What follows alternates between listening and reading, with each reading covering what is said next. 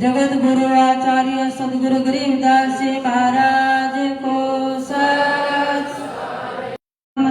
गरीब नमो नमो सतपुरुष को नमस्कार गुरु के नहीं सुर नर मुनि जन साधु संतों सर्वस दीन नहीं सतगुरु साहिब संत सब दंडोतम प्रणाम है आगे पीछे तिनको जा कुर्बान है निराकार निर्विषम कालजाल भयभंजनम निर्लेपम निज निर्गुणम सकल अनुमे सुंदर सोहम सुरति समागतम सकल समाना निर्तिकर मुजर हिरंबर हरदमम में परवाय था वार पार नहीं मध्यतम गरीब जो सुमर सिद्ध होई गलता ना करो अनुग्रह सोई पारस पद परवाना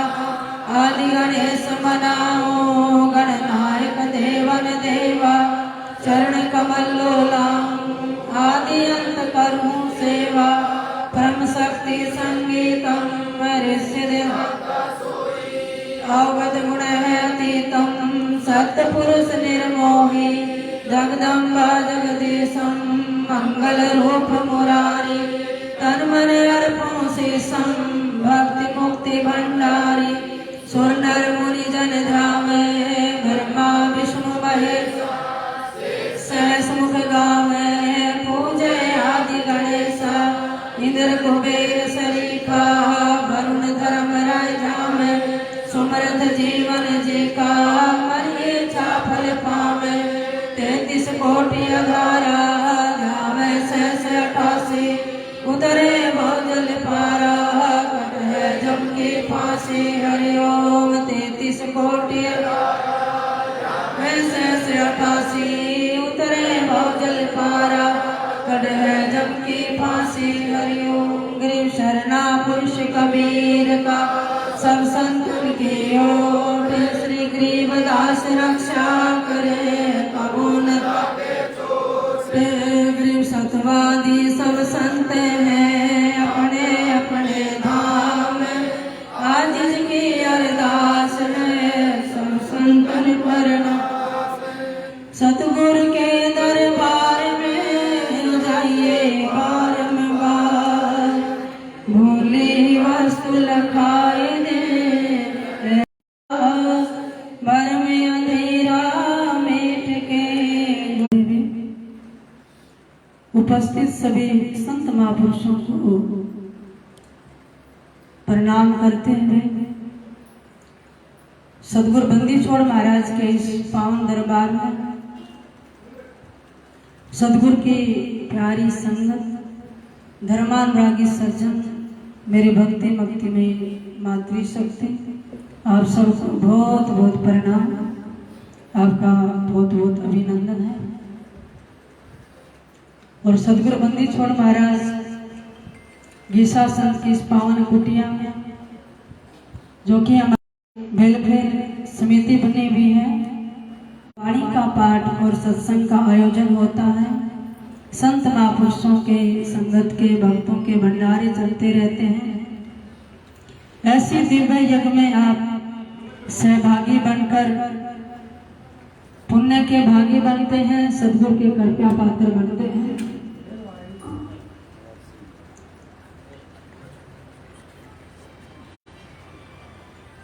रोजाना हमारे आदरणीय मास्टर जी हैं जो आपको वाणी के माध्यम से सत्संग भी श्रवण कराते हैं।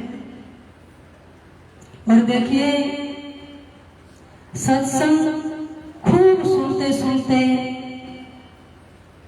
सत्संगी व्यक्ति की भाषा में संतों की वाणी की खुशबू आने लग जाती है।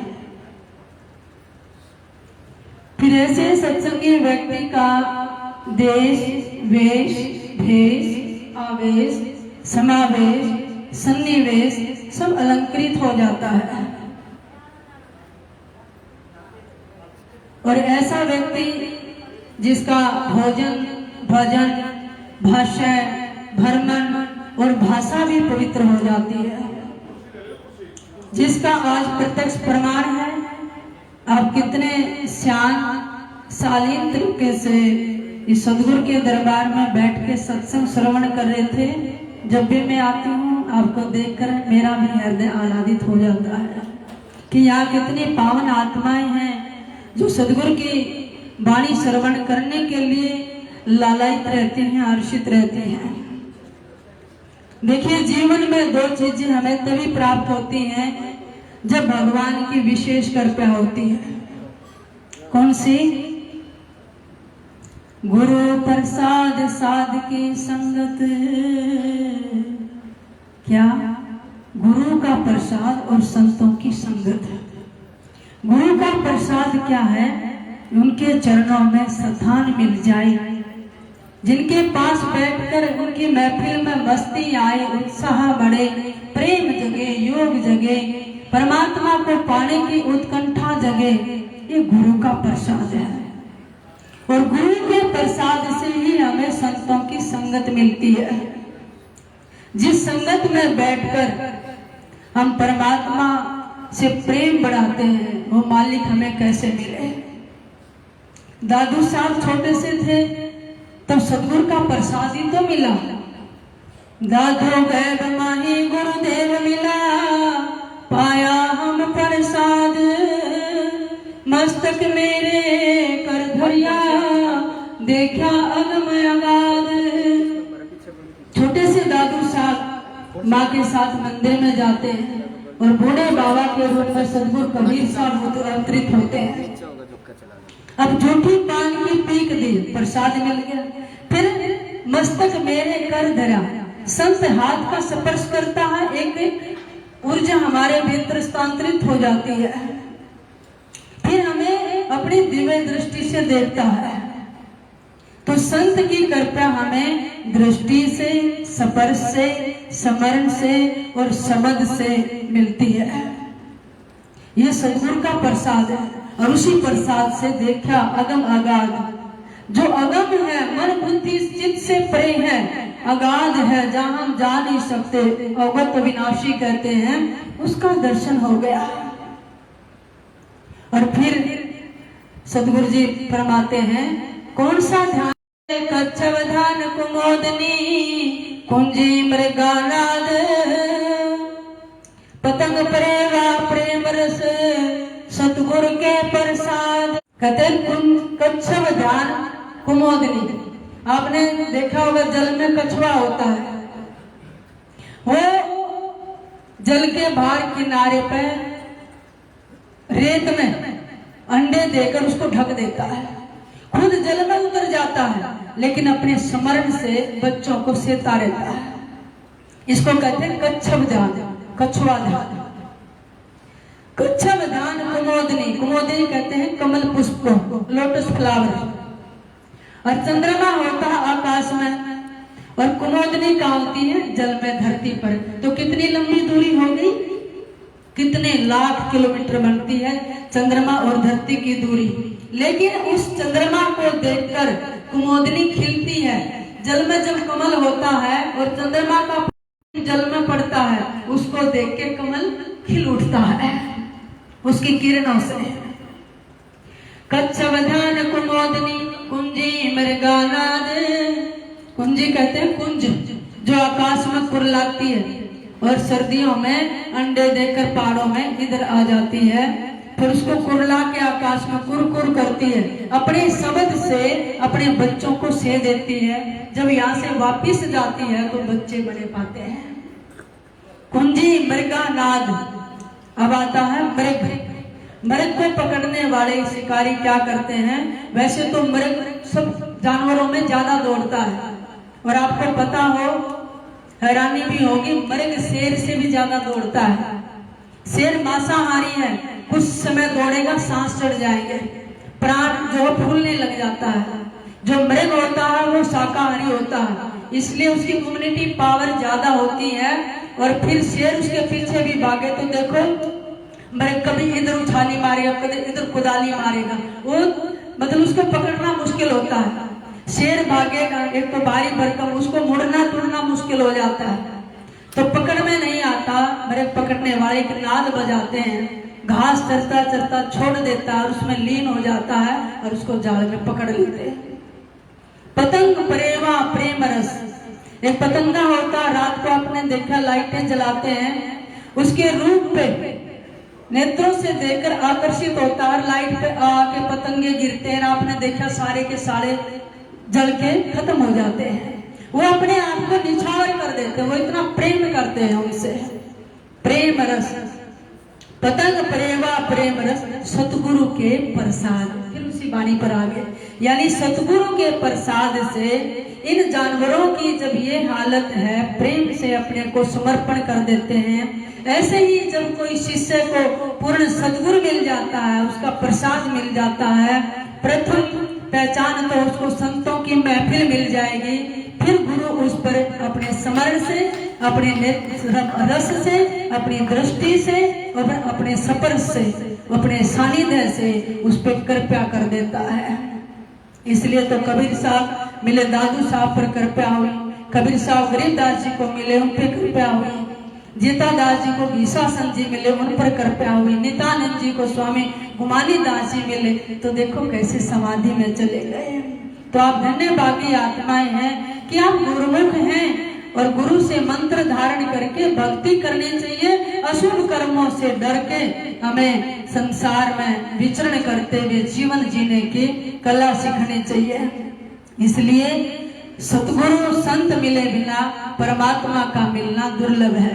गरीबदास जी महाराज वाणी में फरमाते हैं, गरीब अरब खरब लग दरबे हैं, रावत कोट अनंत, ना हम जग में आया जिनसे नहीं संत।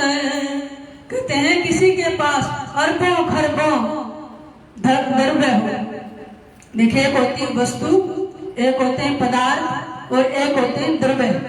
एक द्रव्य होते हैं धन दौलत रुपया पैसा, उसको द्रव्य कहते हैं।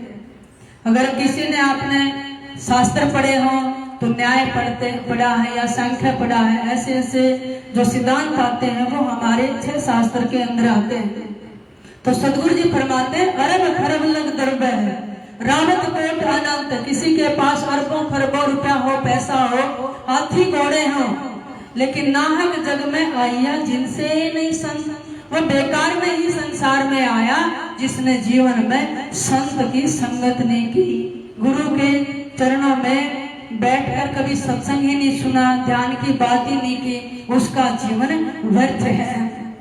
गरीबदास जी महाराज एक बड़ी सुंदर वाणी फरमाते हैं, आप पढ़ते हैं, क्योंकि गरीबदास जी महाराज एक पद भाग एक राग भाग, तो राग भाग में आता है उदय और अस्त बीच चक्र दिन के चले, मिले सब चक्रवर्ती खाक माही, संग सेनापति धूर धामा किए, सूर सामंत की संत नाहंती, महादेव की नार सिंगार अठोत्तर बही, कौन विधि कहो का जीव संज्ञा, गए अवतार करतार का नाम धर, चलेंगे शंभु जब कहे गंगा, शंख शंभु गए ब्रह्मा गिनती नहीं, इंद्र बारु जोते धुरण ध्यानी, कोट बैकुंठ पैमाल पर ले गए अमर सत्य पुरुष सायब अमानी, जिन्हें आसमान के बीच में पुल पंथ है, पंथ पर पैर कोई संत धर है, अनिल की सुरत ले सैल सैली करे,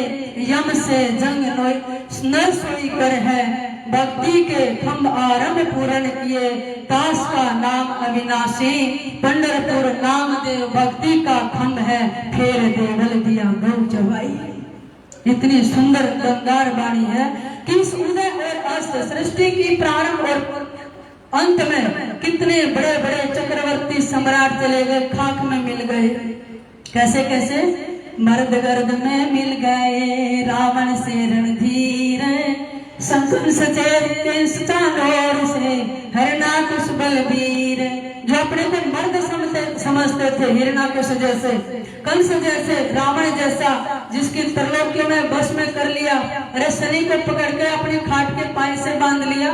पवन देवता झाड़ू लगाने आता है, अग्नि देवता भोजन बनाता है रावण की रसोई में, और देवी पानी भरती है, सब घरों को उल्टा लटका रखा है। ऐसा रावण राम मर्द गर्द में मिल गए रावण से रणधीर। वो भी चिल्ला कर चले गए धरती पर। सतगुरु जी कहते हो संख सेनापति धूर धामा किए। ऐसे ऐसे सेनापति जिनकी सेना को कोई हरा नहीं सकता था।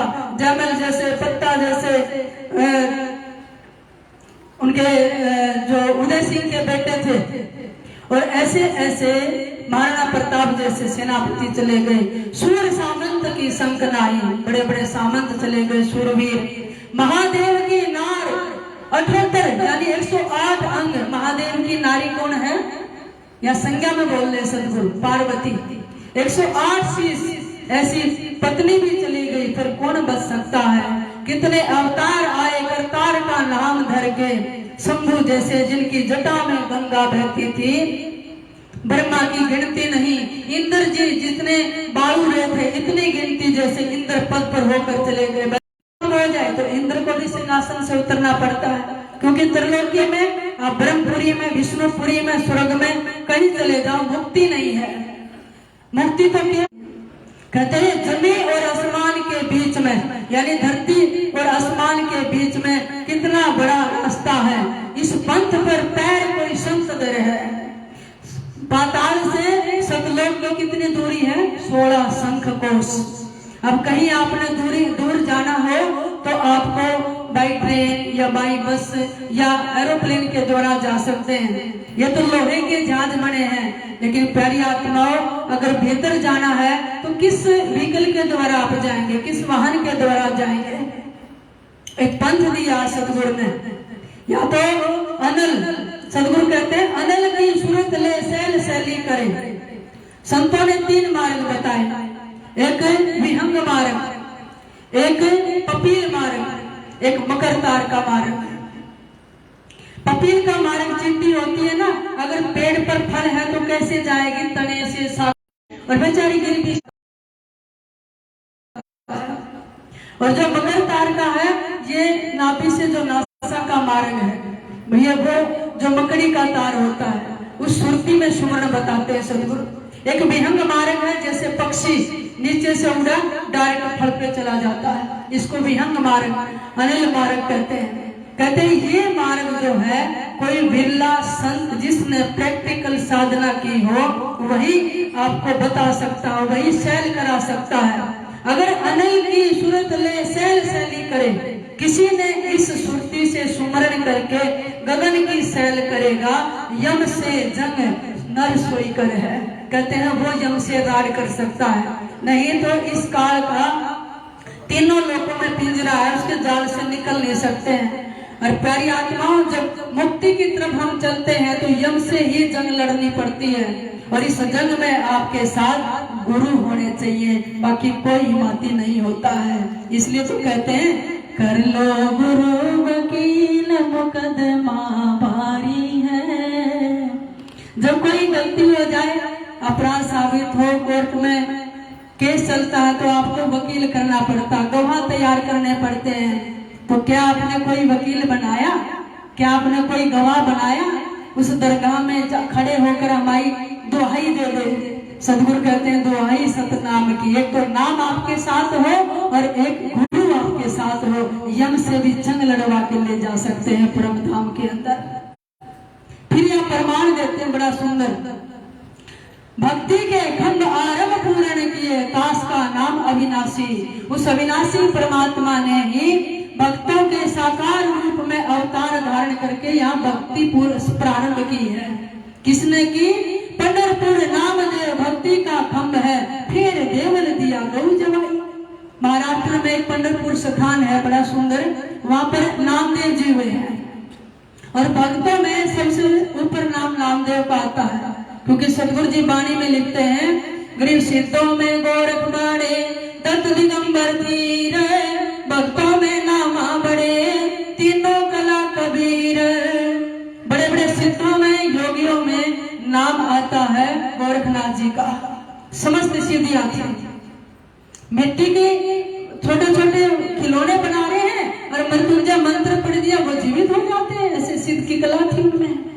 और दत्तात्रेय जी बड़े ज्ञानी, जो दिगंबर वेश में रहते थे, अनसुईया से संसार में विचरण करते थे। भक्तों में नामा बढ़े, कितने संसार में भक्त हुए। इसलिए गरीबदास जी महाराज कहते हैं पंढरपुर नाम देव भक्ति का खम्भ है। जैसे आपने कोई भवन खड़ा करना हो, खंबे नीचे से फाउंडेशन से आप खंबे खड़े करते हैं, उस पे भवन खड़ा होता है। तो भक्ति का खंभ नामदेव जैसे भक्तों के कारण संसार में खड़ा है। नहीं तो भक्तों पर कष्ट भी बहुत आए, डर के मारे व्यक्ति भगवान का नाम भी छोड़ सकते हैं, लेकिन उन्होंने खंभ कैसे तैयार किया, फिर देवल दिया गौ जवाई। सतगुरु जी आप पॉइंट में बता रहे हैं कि ऐसी परीक्षा ली गई नामदेव की भक्ति की कि उन्होंने मरी हुई गाय को जिंदा कर दिया। किसके बल से? भक्ति और नाम के प्रताप से। एक बार संत ज्ञानेश्वर जी, गोरा कुमार, पूरमदास जी, शांता माली, नामदेव, बड़ी सुंदर भक्तों की मंडली थी। तो संत ज्ञानेश्वर ने कहा, रे नामदेव चलो भ्रमण पे चलते हैं, तीर्थ करके आएंगे, शिवों को जगाएंगे, भक्ति का प्रचार करेंगे। और आज का जो हमारे देश में स्थिति है वो मुगलों का शासन है, और कैसे अत्याचार हो रहे हैं, गौ हत्या होती है और ऋषि मुनियों पर, संतों पर अत्याचार होते हैं। नामदेव ने कहा कि जब चलूंगा अगर भगवान से परमिशन ले लो तो। देखिए यहाँ पर प्रभु अगर आपकी आज्ञा हो तो मैं नामदेव जी को प्रचार पर ले जाऊं। मूर्ति में से हाथ निकले और पकड़ के हाथ भगवान ने नामदेव का संत ज्ञानेश्वर के हाथ में देकर का, नामदेव मेरी आज्ञा भ्रमण पर जाओ। हैरान हो गए और फिर मथुरा वृंदावन की तरफ आए ये भक्तों की मंडली। फिर वहां पर सब लोग इकट्ठे होते, इतने सुंदर पद गाते थे नामदेव जी भगवान के इकतारे पर। और फिर मथुरा में आए, मथुरा से आगरा की तरफ बढ़ रहे थे, दिल्ली की तरफ। तब सिकंदर लोधी उस समय दिल्ली के बादशाह थे। उन्होंने पता चला कि नामदेव की मंडली आई हुई है, तो अपने कर्मचारियों को भेजकर कहा कि मेरे दरबार में बुलाकर लाओ। मैंने सुना है कि उसकी खुदा से, परमात्मा से बात होती है, चमत्कार घटित होते हैं। तो नामदेव संत ज्ञानेश्वर की मंडली को सिकंदर लोधी के दिल्ली के दरबार में हाजिर किया गया। नामदेव जी खड़े हैं, अपना खड़ताल इकतारा लिए। सिकंदर लोधी ने कहा कि तू खुदा का नाम छोड़कर राम का नाम जपता है, बता तेरे नाम में कोई शक्ति है, कोई चमत्कार दिखा। उन्होंने कहा, माएगा मैं चमत्कार के लिए भक्ति नहीं करता, मैं तो उसके चरणों की धूल हूँ, उसका गुणगान करता हूँ। मेरी कहाँ सामर्थ्य है, सब प्रभु ही कर रहे हैं। और भक्त में ये आधुनिकी होनी चाहिए, मैं नहीं होनी चाहिए कि मैं कुछ करता हूँ। जहाँ मैं आगे वो परमात्मा दूर होते चले जाते हैं। और सतगुरु जी कहते हैं, गरीब को भी असमेध से नहीं होए दीदार, आधुनिकी और बंदगी से छिन में उतरे पार। जो कोट असमेध से परमात्मा का दीदार नहीं हो सकता, वो आधीनगी और बंदगी से हो सकता है। और बिना बंदगी नहीं पड़े दरबार में, बिना बंदगी परमात्मा के दरबार में किसी का कभी प्रवेश नहीं हो सकता है। और ये बंदगी भाव तो गुरु की शरण में ही प्रकट हो सकता है। कितने कितने भाव को सदगुरु हमारे विकारों को मिटा के और फिर हृदय रूपी खेती को तैयार करते हैं, तभी तो उसमें अच्छी भक्ति की फसल पैदा होगी। फिर उन्होंने कहा कि ऐसे चमत्कार नहीं दिखाएगा। जो रोने लगे, कांपने लगे, रे पापी क्या किया, इसको मारना पाप है, क्यों मार दिए। रोने लगे, कहने लगे मैंने तो मार दी, अब दिखा अपना चमत्कार अपने परमात्मा का। किस गुरु का शिष्य है तू? अगर तेरा मुर्शिद सच्चा होगा तो आज मान जाऊंगा, नहीं तो तेरे को मुसलमान धर्म अपनाना पड़ेगा, धर्म संतांतरण करना पड़ेगा। रोने लगे बैठ के नामदेव जी। और यहाँ बादशाह क्या कहते हैं, अच्छा भाई हिंदू तेरा राम दिखला, अरे राम नाम छोड़ हिंदू जप ले खुदा। अरे हिंदू बता तेरा राम दिखा, नहीं तो फिर खुदा का जाप कर। उस समय नामदेव की माँ और पत्नी गोड़ाई और रजाई वो भी साथ में थी। और नामदेव जी छिपी जाते थे, कपड़े का काम करते थे। तो वहां नामदेव की माँ डर गई, एक ही तो तेरा बेटा है और ये बादशाह गौ जीवित नहीं होगी उसको मारेगा। जाकर माँ में ममता होती है, कहने की बेटा तू राम का नाम छोड़ दे, तो उसने कहा, बादशाह के मन में बुरी करी, मंगा कर गऊ उसने काट दिया, बोली थी नाम देखी मेरे रिमरे से तो कुछ भी ना हो, और छोड़ दूं तो राम नाम कहेगा ना को। माँ, अगर राम का नाम छोड़ दिया तो दुनिया में विश्वास नहीं रहेगा किसी को कि नामा ही उल्टा फिर गया, भगवान ने रक्षा नहीं की, तो फिर कोई नहीं कहेगा माँ राम का नाम मैं नहीं छोड़ सकता। जब वह बोली थी नाम देखी जो, अरे छोड़ो मत राम नाम होनी हो सो हो। अब यहाँ पर पत्नी खड़ी हो जाती नामदेव की, कहने लगे पतिदेव जी आप परमात्मा के भक्त हैं, सबको पता है, विठल ने हर समय प्रमाण किए हैं, प्रमाणित किया, आपके हाथ से दूध पी लिया, आपकी जली हुई झोपड़ी परमात्मा ने जो रस्सी लाके बांध दी, क्या क्या चमत्कार नहीं किए, छोड़ना मत चाहे कुछ भी हो जाए। जब उन्होंने पत्नी की, धर्म पत्नी यानी पत्नी वो है जो धर्म के साथ आपके साथ खड़ी रहे संकट में। धीरज धर्म मितरे और नारी, आफत काल पर किए जारी। धीरज धैर्य, धर्म मित्र यानी जो सच्चा दोस्त होता है नारी, इनकी 4 समय परीक्षा होती है, चारों की। किस समय? संकट के समय। कहने लगी कोई बात नहीं, मार देगा तो मरने से ऊपर क्या है, परमात्मा रक्षा करेंगे, अपना धर्म नहीं छोड़ना, विश्वास नहीं छोड़ना है। हौसला आया नामदेव जी के। तो क्या किया, पैरों में घुंघरू बांध लिए नामदेव ने, हाथ में खड़ताल ले ली और परमात्मा का पद गाना शुरू किया। वहां पर पाया बांधे घुंघरू, हाथ ली खड़ताल, सुमर लिए थे प्रभु दीन के दयाल। बीता था पहर जब रही थी घड़ी, अरे नामदेव पे हंसती की होल पड़ी। वहां पर पैरों में घुंघरू बांधे खड़ताल लिए, तारा बजाया, हे विठला, हे प्रभु इस गाय माता को जीवित कर दो, अपने नाम की दुहाई सत्य कर दो, ये नामा फिर झूठा कहेंगे लोग प्रभु, और मैं ये शेष में जीना नहीं चाहता, ये गाय माता को प्रदान कर दो, ये जीवित हो जाए। जब ऐसा कहा तो फिर क्या हुआ, ले न भभूति नाम देव ने छिड़ा, मारी जाके गाँव गाय माता के, प्रभु मैं संकल्प करता हूँ जितनी मेरी आयु है वो गाय माता को दे दो। जब ऐसा कहा, वहाँ धड़ अलग पड़ा था, गाय का सिर अलग पड़ा था, और सिर गाय के धड़ से जुड़ा, और वो गाय के छोटा सा बच्चा था वह भी मर गया था, और गाय फड़क के खड़ी होगी जैसे पशु खड़ा होता है। ये भी नहीं पता चला कि कहाँ से गर्दन कटी थी।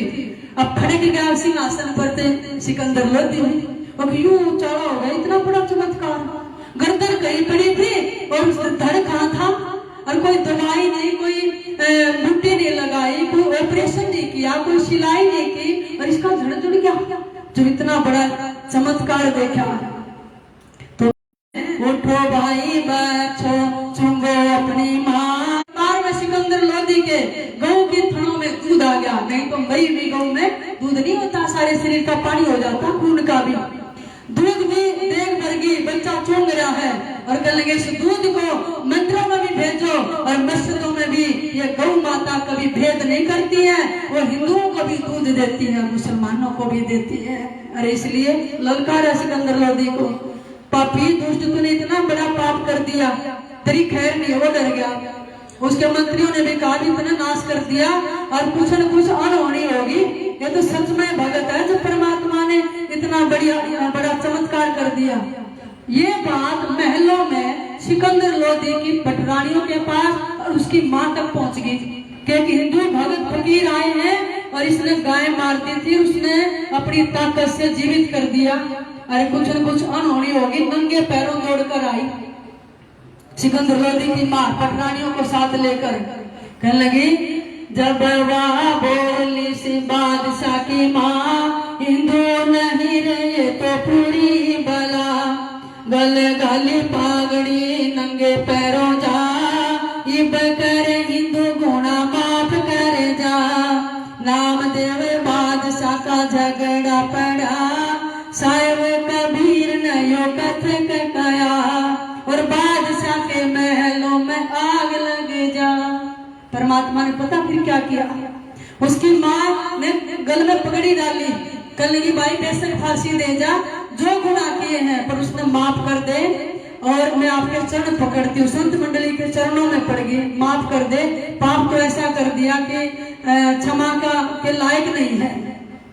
ये तो हिंदू भगत ने पूरी बला है, वो कहाँ परी बेचारी। कहने लगे माँ ऐसी माँ तू इसकी ऐसी मेरी, हम तो किसी को कोई सजा नहीं देते, भगत का हृदय तो कोमल होता है, बस परमात्मा जाने। यूं कह के नामदेव जी और मंडली से चलती है महलों से निकल कर, और जैसे महलों से बाहर निकले बादशाह के महलों में आग लगी, दिल्ली सिकंदर लोधी के। ये प्रमाण सिर्फ एक ही वाणी में गरीबदास महाराज ने, शायद आप पढ़ेंगे राग आशावरी में, दामन गिर पीर तुम आगे महलों अग्न लगाए, इतना ही वाणी लिखी गरीबदास महाराज ने। तो वहां नामदेव का नाम नहीं है, लेकिन थोड़ी समझ जाना, सदगुरु हिंट में बोल रहे हैं, दामन गिर पीर तुम आगे महलों अग्न लगाए। कहते हैं हे दामन गिर, हे परमात्मा, जो आपका दाम उसका अपयश नहीं होने देते हैं, उसकी हानि नहीं होने देते हैं। तो जैसे नामदेव जी निकले महलों में आग लग, ये नाम की ताकत है। इसके सामने गरीबदास जी महाराज फरमाते हैं, गरीब लोकी का राज सब जय जीव को कोई दे है, लाख बधाई क्या करे नहीं नाम से नेह है। यानी जिसका नाम से नेह नहीं है, नाम में प्रीति और प्रतीति नहीं है, चाहे उसको त्रिलोकी का राज दे दिया जाए, इस जीव को लाख बधाई, लाखों बधाइयां मिले उसको त्रिलोकी से भी, तेरे जैसा राजा नहीं, कौन सा तूने तुम और पाप पुण्य किया है, लेकिन नहीं नाम से ले, नाम के बराबर त्रिलोकी का राज भी नहीं है। इस नाम के अंदर इतनी बड़ी ताकत है। तो इसलिए ऐसे ऐसे भक्त हुए हैं। गरीबदास महाराज कहते हैं नाम देवल फेर गौ जवाई, यानी ऐसे सिर्फ इतना ही लिखा सदगुरु ने, गौ जवाई, नामदेव की परमात्मा ने अपनी भक्ति की टेक रखने के लिए जिक्र ने, तेरी फिक्र ने, तेरी याद ने वो मजा दिया है कि जहाँ मिला कोई नक्शे पा हमने सिर झुका दिया है। परमात्मा का जिक्र, उसकी फिक्र, उसका नाम, उसकी याद जो इतनी मीठी है, जहाँ भी सिर झुकाया वहाँ सजदा हो गया, और जहाँ सिर झुक जाता है वहीं परमात्मा झुक जाता है। केवल उसकी यात्रा पर हम नहीं चलते हैं, जब हम चलते हैं तो उससे 100 कोस आगे परमात्मा बढ़ जाता है मिलने के लिए। हम कहाँ ढूंढेंगे गुरु प्रताप साध की संगत, हम सोचते किसको गुरु बनाए, कहाँ ढूंढे गुरु, कहाँ मिलेंगे। मुझे लगता है इतना बड़ा विशाल संसार है, हम छोटे जीव गुरु को कहाँ ढूंढ सकते हैं। लेकिन पात्र बनिए, when the disciple is ready the master appears, ये कहावत आती है, जब शिष्य तैयार होता है तो गुरु प्रकट हो जाता है। आप जहाँ हैं, जैसे हैं, पुकारिए, रोइए उसको, परमात्मा को, कि मेरे गुरु कौन होंगे, मैं कहीं नहीं जा सकता। एक छोटा सा बच्चा 6 महीने का पलने में लेटा होता है तो कहीं नहीं जाता, बस जब उसको भूख लगती है तो रोता है, तो माँ स्वयं उसके पालने तक चल के आती है ना, खुद हाथ में उठाकर फिर उसको दूध पिलाती है। अरे संसार के पलने में हम जीव पड़े हैं, कहाँ जा सकते हैं। उस बच्चे की तरफ पुकारिए परमात्मा को, गुरु ढूंढते ढूंढते आपके पलने के पास आ जाएंगे, अपने आप दीक्षा दे देंगे। क्योंकि मैंने देखा है ये जीवन में, बस पुकारिए गुरु अपने आप आ जाएंगे। मेरा मेड़ता के महलों में रोती है, जो भी संत आते हैं उनका सत्संग सुनती है, मेरे गुरु कौन होंगे। और वो गुरु पूर्णिमा का ही पावन दिवस था, काशी से संत मंडली लेकर सदगुरु कबीर साहब, कमाल और रविदास जी मीरा के महलों में पहुंच गए, और 5 साल की मीरा को वहां जाकर दीक्षा दे दी। गुरु ने शिष्य को ढूंढ लिया, और ऐसी प्रकृति आई मीरा के अंदर। कितने संकट आए, भले ही चित्तौड़ में उसका महाराणा सांगा के कुल में उनका विवाह भी हो गया महाराणा भोज के साथ, लेकिन भोज बड़ी अच्छी आत्मा थी, वो समझते थे कि हमारे राजघराने में कोई देवी आई है, परमात्मा की परम भक्तनी आई है। उन्होंने कभी कष्ट नहीं दिए, मीरा की भक्ति में सहयोग दिया, लेकिन बेचारे ज्यादा नहीं रह पाए, केवल 4 साल रहे मुगलों के साथ। फिर युद्ध हुआ तो युद्ध में मारे गए, और घायल हैं। मीरा को कभी अपनी इच्छा से छुआ तक नहीं था, लेकिन जब अंतिम अवस्था में भोज लेते हुए हैं और मीरा के राग सुनकर बहुत आह्लादित होते थे, तो एक ही ख्वाहिश की कि मीरा तू परमात्मा की भक्त है, मुझे पता है तू उसके साथ खेलती है और तेरे साथ लीला करते हैं, तेरे साथ भगवान चमत्कार करते हैं, तू उससे बात करती है, तेरे जहर को भी उसने अमृत बना दिया। ऐसी लीलाएं की मेरी भी एक प्रार्थना है, मैं दुनिया से जा रहा हूँ, क्या मुझे उसका दर्शन करा देगी? मीरा ने एक तारा उठाया और भगवान को पुकारना शुरू किया, और जैसे ही भोज जी लेटे हुए थे, दिव्य प्रकाश उस कक्ष में छा गया और भगवान का जीवन झांकी का दर्शन मरते हुए अपने पति को भी मीरा ने कराया। और फिर पुकारा परमात्मा को, आओ आओ रसिया तुमको पुकार रही, आओ आओ रसिया तुमको पुकार रही। जब पुकारा और फिर सदा सदा के लिए भोज ने आंखें बंद कर ली, मीरा ने सिर पर हाथ रखा। भोज का तो संस्कार हो गया, लेकिन मीरा पर दुखों का पहाड़ टूटना उसी दिन से शुरू हो गया था। ऐसी ऐसी कठिन विपत्तियों से निकली मीरा, क्योंकि उसके बाद उसके भाई विक्रम राणा को जो गद्दी पर बिठाया, उनकी संगत अच्छी नहीं थी, वो मार्गी था, नशा करता और हत्याएं करवाता। तो मीरा को कष्ट देने शुरू कर दिए कि इसको मार दिया जाए, इसलिए तो जहर दिया, शेर के आगे डाल दिया, 7 कोठरियों में बंद कर दिया, विषैले सांप बेचे। लेकिन परमात्मा हर समय मीरा की रक्षा करते रहे हैं। लेकिन एक समय में राणा इतना उठ गया कि तुम महलों से निकल क्यों नहीं जाती है? ये मेढतानी या जादूगरनी जब से हमारे महलों में आई, सुख शांति छीन गई है हमारी, तू चली जा यहाँ से, या परमात्मा का नाम छोड़ दे अगर तूने चित्तौड़ में रहना है तो। मीरा ने कहा, मैं चित्तौड़ छोड़ सकती हूँ, लेकिन परमात्मा का नाम नहीं छोड़ सकती। मीरा ने कहा अपनी सखियों से कि आज मैं सदा सदा के लिए यहाँ से जाना चाहती हूँ। लेकिन मीरा को उसकी सखियों ने, और उसकी सास थी धनाबाई, क्योंकि महाराणा सांगा की कई पत्नियां थी, धनाबाई थी और कर्मावती थी, आंडी रानी थी। लेकिन धनाबाई मीरा की मेर करती थी, और जो कर्मावती थी वो ताने देती थी। उसकी ननद उदा है, वो भी ताने देती थी कि ये ऐसी परम भक्तनी है, ये निकल गई तो हो सकता है इस पर संकट के बादल छा जाए, क्योंकि दिल्ली से अकबर ने कई बार अपनी विशाल सेना अस्त्र शस्त्र तोपों के साथ आके आक्रमण किया है, और मीरा निकल गई, हो सकता है या बहुत कष्ट आ जाए। तो एक बार मीरा जब भगवान की भक्ति कर रही थी, वहीं पर राणा के चाचा थे भुवन सिंह चौहान। उससे पहले उनके पिताजी सेनापति थे, बड़े वीर थे, महाराणा सांगा के। एक बार चित्तौड़ के महल के पास जंगली शेर आ गया था, जो धाड़ा नर बख्शी शेर था। तो राणा सांगा ने कहा, भी तीर तलवार और धनुष लेकर जाओ और इसको शेर को मारो। भुवन सिंह राणा के पिता थे, इतने बहादुर थे, जाकर बाहर शेर का कान पकड़ के लिए आए थे राणा सांगा के दरबार में। राणा सांगा प्रभावित हो गए कि इतनी ताकत इसके अंदर, तो सेनापति बना दिया। 5 रुपए की नौकरी थी, 2 लाख रुपए वार्षिक सामंत रख लिया, उसको जागीर दे दी, उनको जमीन नाम कर दिया। जब वो गुजरे 15 साल के भुवन सिंह को फिर उनकी जगह सेनापति बना दिया।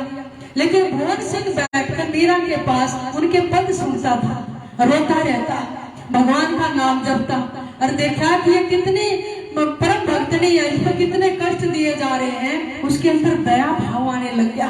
और जब समय मिलता मीरा के पास सत्संग सुनता। एक दिन विक्रम राणा ने कहा कि चल मेरे साथ शिकार करके लाएंगे। दोनों घोड़े पर बैठे राणा, कुछ और मंत्री और ये सेनापति भुवन सिंह। जब जंगल में गए तो एक गर्भवती हिरणी भागी जा रही थी, तो भुवन सिंह ने उसको तीर मारा। अब वो बेचारी घायल होके गिर गई। जब भुवन सिंह राणा भागे गए, इतने वो मर गई थी, गर्भवती थी, बच्चा भी मर गया। तो राणा को बहुत ज्यादा गलानी होगी, दया आई कि मैंने पाप कर दिया, और वो पछताता हुआ गलानी से भर के वापिस आया। खून से लथी हुई तलवार भी हाथ में है और तीर कमान भी ले रखा है। खाना नहीं खाया, रोते हुए मीरा के कक्ष में आया। माँ, आज मैंने बहुत बड़ा पाप कर दिया। क्या कर दिया भवन सिंह तूने? कहने लगे, जी शिकार पे गया था राणा के साथ, गर्भवती हिरणी को इस तलवार से मार दिया, बच्चा भी मर गया वो। कहने लगे, भवन सिंह बहुत बड़ा पाप कर दिया तूने, ये तो गलती की, फिर क्या करूं? कहने लगे, मैं तो तलवार ही डाल देता, मैं कभी अस्त्र शस्त्र नहीं उठाऊंगा। मीरा ने कहा, ये ऐसा पापी है राणा, ये तेरे को भी मृत्यु दंड दे देगा, कोई उपाय करो। फिर क्या करूं? कहने लगे, ऐसा कर, तू चोरी से एक काठ की तलवार बनवा ले और उसकी मूठ बना ले लोहे की, और म्यान में रख ले। अगर काठ की तलवार किसी को मारेगा ना तो वो जानवर मरेगा नहीं, और राणा को ये रहेगा कि इसके पास तलवार है, लेकिन बतानी किसी को नहीं है। मीरा ने कहा, अरे उसमें रख लेना अपने म्यान में। भुवन सिंह ने काठ की तलवार बनवा के म्यान में रख ली।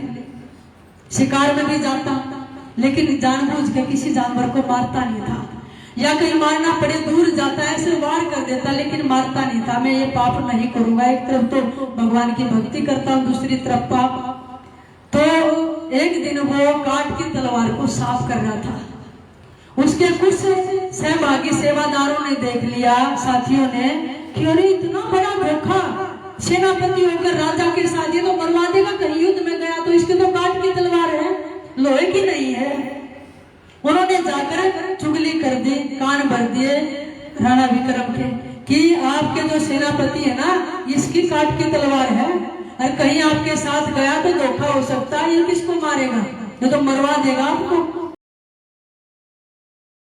उन्होंने अनसुना सा कर दिया। 1 साल बीत गया, फिर उन्होंने सोचा जब कह ही रहे हैं तो परीक्षा लो। अपने बगीचे में एक तालाब के किनारे अपने सारे के सारे सेनापति, मंत्री, सामंत, सिपाही, कोतवाल सब बुलाए, और सबसे पहले अपनी तलवार निकाल कर कहने लगे, देखो मेरी कैसी चमकती हुई तलवार है। और आपको पता, महाराणा सांगा की 18 हाथ की तलवार थी, 80 घाव शरीर में थे, तब भी युद्ध लड़ा था उन्होंने, ऐसे ऐसे वीर हुए। और देखो अपनी अपनी तलवार दिखाओ, किसी में कमी तो नहीं है। तो जितने भी लाइन में बैठे थे, खाने को भोजन कर रहा है तो कुछ कर रहा है, सबने दिखाई, शाबाशी दी। जब भवन सिंह का नंबर आया, अब उसकी तो काठ की थी, और आज आर पार की लड़ाई है, इसको पता चलेगा काठ की तलवार डाल तो पता नहीं है, राणा मेरे साथ, मेरे को मृत्यु दंड भी दे सकता है। तो जैसे ही म्यान से था तो था उसका तलवार का लोहे का, अंदर से थी सारी धार की काट की। म्यान से निकालते समय ये कहना चाहता था भवन सिंह कि महाराज मेरी तलवार तो दार की है, इसकी जगह परमात्मा ने उसकी जबान से ये बुलवा दिया दार की जगह कि महाराज मेरी तलवार तो सार की है। और जैसे सार की कहा और म्यान से तलवार खींची तो बिजली की तरह स्टेनलेस स्टील की तलवार हो गए, और जैसे आकाश में बादल चमकते गरजते इसमें बिजली चमकती है, ऐसी बिजली चमकी। उस तलवार में साहेब प्रकट हो गए और सबकी आंखें चुंदी आ गई और हैरान हो गए, और भवन सिंह भी हैरान हो गया। तो यहाँ प्रमाण लिखते हैं, आप यहाँ ग्रंथ साहब में वाणी पढ़ेंगे, निश्चय काम गरीब भवन तेगती काट की, जैसे चमक्या बीज और तनहारा को नहीं आवत अलग अचीज। ये सदगुरु की वाणी में है कि भवन तेगती काट की, ते कहते तलवार की, भवन सिंह की तलवार काट की थी, जैसे चमक्या बीज, बीज कहते बिजली, जैसे बिजली चमकती ना आपकी आंखें चुंदी आ जाती हैं, ऐसे चमकी वह काट की तलवार। और तनहारा को नहीं, किसी के बस का ना था आंखों में उसके प्रकाश को सहन कर ले, उसकी आभा मंडल को। आवत अलग अचीज, यानी वो आवत परमात्मा अचीज उसमें प्रकट हो गए। फिर सदगुरु कहते हैं वहां भवन सिंह का चमत्कार देखकर कि सच में इसको परमात्मा पर विश्वास है। वो तलवार रख दी, राणा ने हाथ जोड़े कि आज के बाद मैं कभी आपको नौकर नहीं रखूंगा, आपका छुट्टी करता हूँ, 2 लाख रुपए आपको वार्षिक आते रहेंगे। हाँ, कभी कभी स्वयं आकर हमें दर्शन देते रहना, हमारी सेना को गाइड जरूर करते रहना। तो उन्होंने कहा कि ठीक है, उसको छुट्टी दे दी। लेकिन मीरा की संगत करने लगे कि मीरा बाई को जाकर प्रणाम किया भोन सिंह ने। भले ही बेटी में चाचा लगता हूँ, लेकिन जो चमत्कार मालिक ने गोविंद ने तेरे साथ किए वो मेरे साथ भी ऐसी घटना घटी। तो मीरा ने कहा चाचा ये सब परमात्मा के नाम की महिमा है, उसके नाम के अंदर बहुत ज्यादा शक्ति है। लेकिन वो समय आया भोन सिंह तू भी घर चला गया, अब मैं चित्तौड़ में रहना नहीं चाहती। तो कहाँ जाएगी कि मैं भगवान की नगरी में जाना चाहती हूँ। मीरा ने ठाया एक तारा खड़ताल, वृंदावन की तरफ चलते हैं। तो मीरा ने कहा नहीं भावे राणा थारो देसड़ लो रंग रूड़ो, तारे देसा में राणा संत नहीं है, लोग बसो सब कूड़ो, नहीं भावे राणा थारो देसड़ लो रंग रूड़ो। हे राणा, भले ही तेरा देश रंगीला है, हाथी घोड़े हैं, बगीचे हैं, धन धान्य सारा साम्राज्य है, लेकिन तेरे नगरी में संत नहीं है, इसलिए मैं भी नहीं रहना चाहती। मेरी वृंदावन ससुराल संभाल राणा तेरी नगरी, मेरी वृंदावन ससुराल संभाल राणा तेरी नगरी। वहां से बाय बाय करके मीरा कि मैं तो वृंदावन जा रही हूँ। 5 साल मीरा वहां रही। भगवान का फरमान हुआ कि मीरा द्वारका आ जा। तो मीरा द्वारका चली गई मंगला मालती और केसर के साथ। वृंदावन से जब द्वारका में गई, मीरा की कुछ प्रौढ़ अवस्था भी हो गई, केस सफेद हो गए, दिन रात आंखों से आंसू टपकते रहते, प्रभु कब मिलोगे कब मिलोगे। संसार का कई दिन भान नहीं रहता, समाधि में चली जाती, होश सूख जाते। उनकी सखियां थोड़ा थोड़ा जल मीरा के मुंह में डालती थी, ऐसी अवस्था आ गई। लेकिन जैसे मीरा ने चित्तौड़ छोड़ा, दोबारा से अकबर ने चढ़ाई कर दी। इतनी विशाल सेना लेकर तोपें छोड़ी, बहुत सारी सेना मारी गई। रानी कर्मावती 13,000 वीरांगनाओं को लेकर, आपने इतिहास पढ़ा हो तो युद्ध कुंड में कूद गए, तिलक किया, अपने अपने पतियों के पैर छुए और अग्नि प्रज्वलित की, माँ दुर्गा को याद किया और उसमें छलांग लगा दी। 13,000 राजपुतानी वीरांगनाएं जलती हुई अपने शील की रक्षा के लिए प्राण त्याग दिए। ये खबर जयमल ने जब मीरा को दी, मीरा सिहर उठी। तो किसी ने कहा राणा को जाकर दाना तूने बहुत बड़ा पाप कर दिया, इस संकट से कोई नहीं बचा सकता, तेरी नगरी में एक इतनी बड़ी संत थी, तूने उसको निकाल दिया। तो उन्होंने आदेश दिया कि मीरा को लेकर लाओ। तो मीरा राणा के 2 सिपाही थे और कुछ ब्राह्मण थे। तो उन्होंने कहा कि हम मीरा को लेकर आएंगे। अकाल पड़ गया, बुरी स्थिति हो गई, अनेक वीर मारे गए। वहां पर सतगुरु जी कहते हैं परमात्मा उधारी नहीं रखता है, मीरा को कष्ट दिया तभी तो संकट के बादल आए। गरीबदास महाराज इसी वाणी में फिर लिखते हैं निश्चय के अंग में ही, गरीब जो मीरा राठौर को राखे नहीं उधार, पकड़ा लोहा ज्ञान का कोटो कटक श्रृंगार, जो मीरा राठौर को राखी नहीं उधार। राठौर तो मीरा का पीहर का गोत था और उधर का सिसोदिया था। तो मीरा कहती है, सतगुरु जी कहते हैं कि उस राठौरों की बेटी मीरा को देखो, राखी नहीं उधार, परमात्मा ने उधार नहीं रखी उसकी, उसको कष्ट दिए थे तो कैसे संकट आए। एक स्त्री निकाली थी भक्तनी, 13,000 को जीवित मरना पड़ा वेदी में कूद कर। पकड़ा लोहा ज्ञान का कोटो कटक श्रृंगार। मीरा ने तो ज्ञान का लोहा पकड़ा था, लेकिन राणा की सेना ने हथियार लोहे के पकड़े थे। जीत किसकी हुई? मीरा की हुई। वो हारते चले गए। तब वो मीरा को लेने के लिए भेजा। 100 ब्राह्मण, उनके कुछ कर्मचारी गए। राणा ने कहा अगर मीरा नहीं आई तो क्या करोगे? कहेंगे महाराज हम वहीं पर प्राण त्याग देंगे। ये कहेंगे या तो चल वापिस चित्तौड़ में, नहीं तो हम भी तेरे साथ मरेंगे। चले गए पूरा जत्था, जाकर प्रार्थना की, ऐसी बैरागन वेश में मीरा के गले में माला है, भगमा वेश पहन रखा, केस खुले हैं, आंखों में आंसू है। उस दिव्य मूर्ति का दर्शन किया, प्रार्थना की कि हम चित्तौड़ की तरफ से आए हैं माँ, और बहुत संकट आए हैं, आप बचा सकते हैं। अकबर ने चढ़ाई करके कितनों का श्रृंगार कर दिया है, आप रक्षा करें, कृपा करें। मीरा ने कहा भाई मैं वापिस नहीं चल सकती हूँ, मैं तो सदा के लिए भगवान के चरणों में बसने आई हूँ। अब कहाँ जाना, वो मेरा घर नहीं है, वहाँ मेरे रिश्ते नहीं है, मेरे तो गिरधर गोपाल दूसरो ना कोई। कहने लगी मैं भगवान से आज्ञा ले लूं। उन्होंने कहा कि यही जान दे देंगे, या तो साथ चलो, नहीं प्राण त्यागेंगे आपके साथ ही। तो उन्होंने कहा भाई जब कहाँ चले गए, मैं कहीं रास्ते में मर जाती तो जब मेरे को निकाला था, इतने संकट आए। तो उन्होंने कहा हम हमारे भी हाथ बंधे हुए थे और राजा के वश में थे, हम क्या कर सकते थे। तो मेरा अंदर गई एक तारा लेके और परमात्मा के गान करने लगी, प्रभु अब मैं दूर नहीं होना चाहती, सदा सदा के लिए मालिक मुझे अपने चरणों में स्थान दे दो।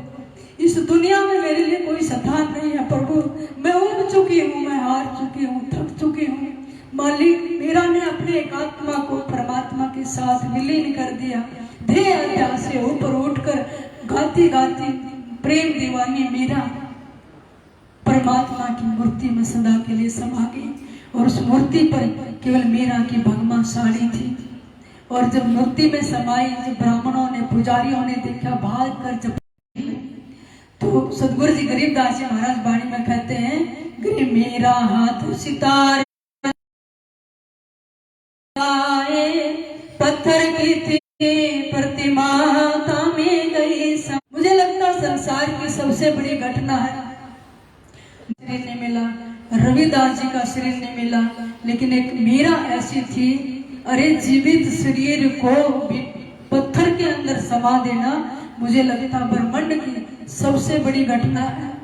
पश्चिम ने क्या दिया, वेस्टर्न कल्चर ने हमारे को दिया है, पत्थर से प्रतिमा निकाल दी, लेकिन प्रतिमा से परमात्मा प्रकट करना ये भारत की देन है, ये हिंदू संस्कृति है।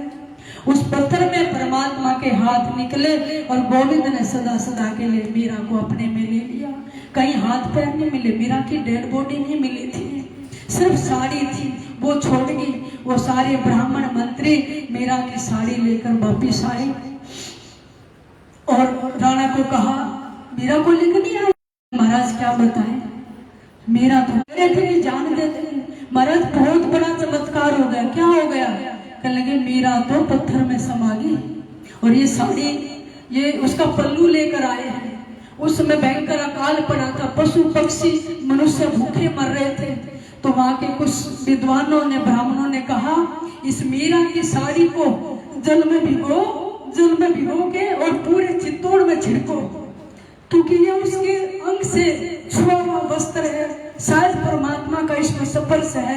मीरा की चुनरी को जल में भिगोया गया और उस जल को पूरे सूखे इलाके में छिड़का गया और जैसे छिड़का कुछ समय के बाद ही वहां फसल तैयार होगी, वर्षा हुई, अन्न जल की कमी नहीं रही, पशु पक्षी चहचहाने लगे। लेकिन उसी समय अब राणा तो दुष्ट बुद्धि था, समझा नहीं कि मीरा पत्थर में कैसे समा गई। उन्होंने वहां भी कुबोल बोले मीरा को।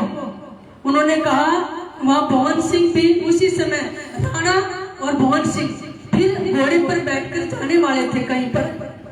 भवन सिंह आए हुए थे और भवन सिंह ने सुना कि मीरा पत्थर में समा गई। सिर उठे, कांपने लगे, हाथ जोड़कर याद करने लगे मीरा को। और उधर विक्रम राणा ने कहा अपने मंत्रियों से कि वहां पत्थर में नीचे नहीं समाई है। उसने कोई अकबर और कई नवाब थे, सारंगपुर नरेश, ये मीरा के दर्शन करने जाते थे, तो यहाँ कुबोल बोला, उसने कोई मुसलमान कर लिया होगा। ऐसा जब कुबोल बोला इसलिए वह धरती में गड़ गई। जब इतना कुबोल बोला तो भवन सिंह खड़े हो गए, महाराज खबरदार, भले मैं सेनापति हूँ, वो धरती में नहीं गड़ी है, वो परमात्मा में समाई है।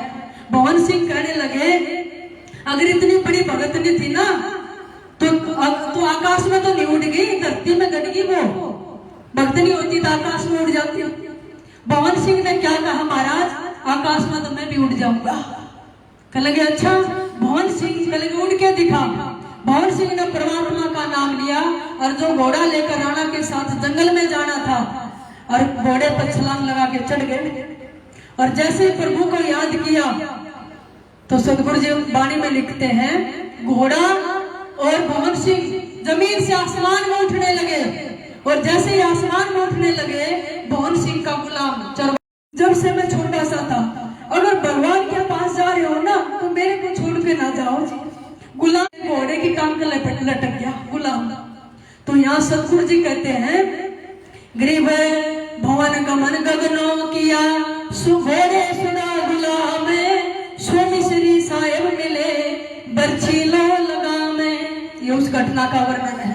भवन गमन गगनों किया घोड़े सदा गुलाम, घोड़ा भी और उस पर बैठे हुए भवन सिंह और उसकी पैर पकड़े हुए घोड़े का लटक रहा गुलाम। उसका तीनों के तीनों आसमान में ऊपर शरीर सहित भगवान के धाम में चले गए। और चित्तौड़ देखा मुंह बाएं और राजा कि सच में। और बर्छी लो लगा, कहते हैं देखो एक तो चमत्कार वो दिखाया जो लोहे की काठ की तलवार लोहे की हो गई थी। सबने देखा रे सच में वो पत्थर में समा गिरी, आसमान में उड़ गया घोड़े सहित। ये तो सच्ची भक्ति थी।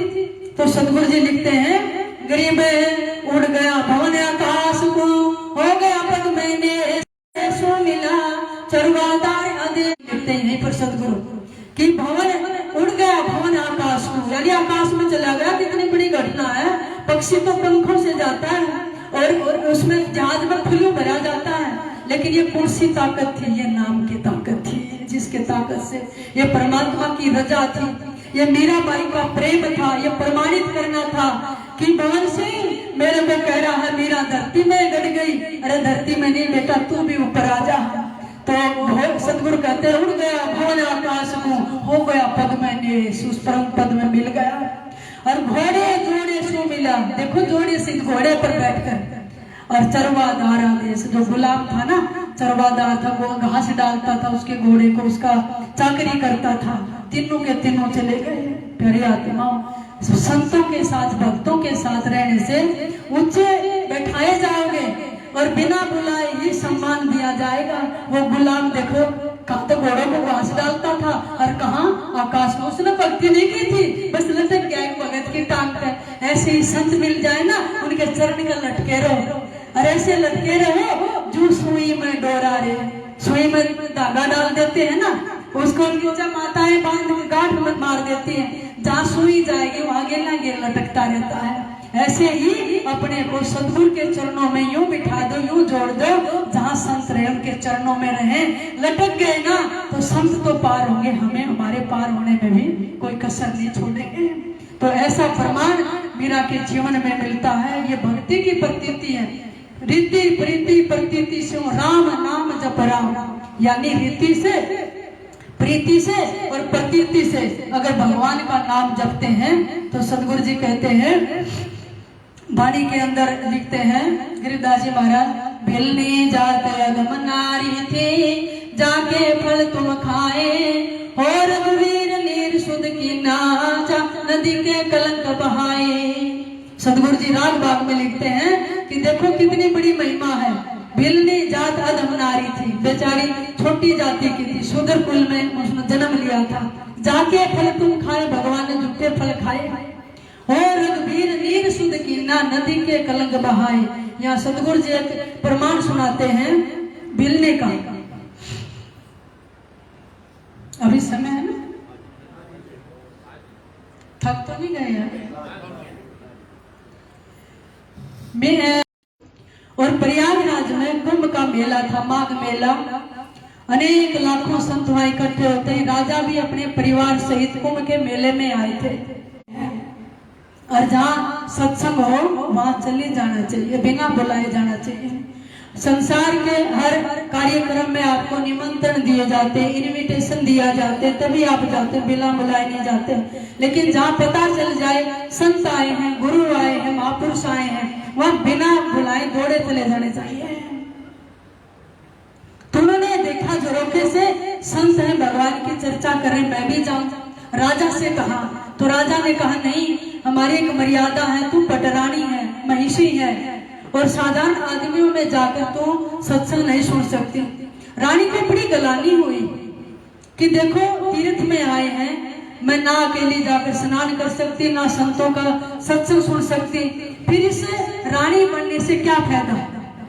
तो महाराज राजा ने कहा कि आपका स्वरूप भी सुंदर है और आपको स्नान भी करने जाना, अंधेरे में जाना, पर्दे में जाना पड़ेगा, रूप से भी क्या फायदा जो भगवान की भक्ति में बाधा पड़े। बचपन में वैराग की बात करती, संतों के पास बैठती, भगवान की चर्चा करती। माता पिता ने सोचा कि ये कभी तपस्वी ना बन जाए, वैराग की बातें करती रहती है। संसारियों के पास एक ही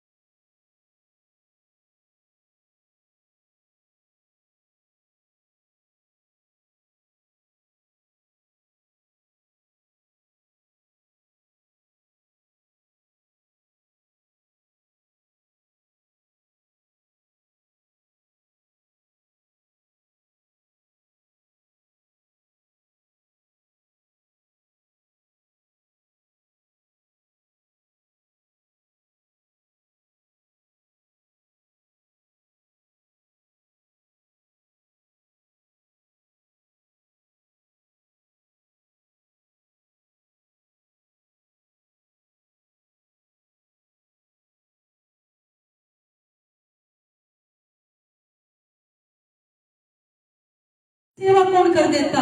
एक दिन गया, 2 दिन गए, सप्ताह बीता। मतंग ऋषि ने भी सोचा कौन ऐसा अधिकारी शिष्य है जो बिना कहीं सबके उठने से पहले सारी की सारी सेवा कर देता है।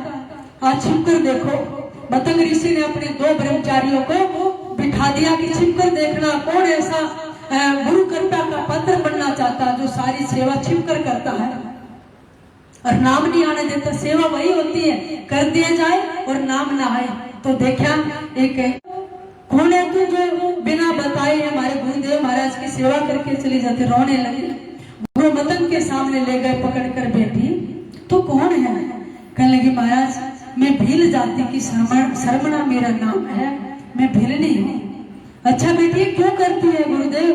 मैं घर में रह नहीं सकती, परमात्मा को पाना चाहती हूँ और कोई संत मुझे स्वीकार नहीं करता। कमले गरीब नो दुखानी मारी लो, जब मैंने तार देवे तेरा शुक्र मनावा। दर सतगुरदा छड़ के और केड़े दर जा जो लगे मैनू मैं तो रो रो सुनावा। तेरे गुरु जी मैनू कमली गरीब नो, तारो गुरु जी मैनू कमली। सारे जंगल में कितने ऋषि हैं वो निंदा करेंगे, उपेक्षा करेंगे कि मतंग ऋषि ब्रह्मचारियों का आश्रम हर एक स्त्री को, एक लड़की को रख लिया। कहेंगे बेटी मेरा नाम मतंग है, मतंग हाथी को भी कहते हैं। और आपको पता बेटी हाथी मस्त चलता है, और जब हाथी चलता है आपने कभी गांव में, लेकिन ऋषि ने उसकी भक्ति को देखा, भाव को देखा, बिल्ली को इजाजत दे दी बेटी मुझे कुछ कहे। क्योंकि गरीबदास महाराज कहते हैं हस्ती डर माने नहीं जय स्वान बुकाही, सत्संगी संगनाथ जे चितराम बसाई। स्वान रूप संसार है कुछ कर से नहीं, शीश महल को देख करे भोकत मर जाई। लोग लाज नहीं कीजिए निर्भय हो रही है, जय मन साधो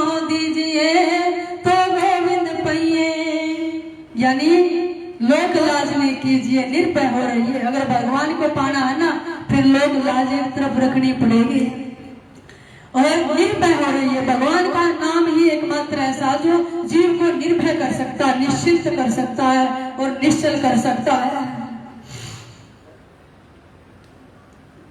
ये मन साधु दीजिए तो गोविंद पहिए, यानी संतों को, गुरु को अपना मन दे दो और गुरु ही मन को संभाल सकते हैं, क्योंकि मन में इतनी तरंगे हैं।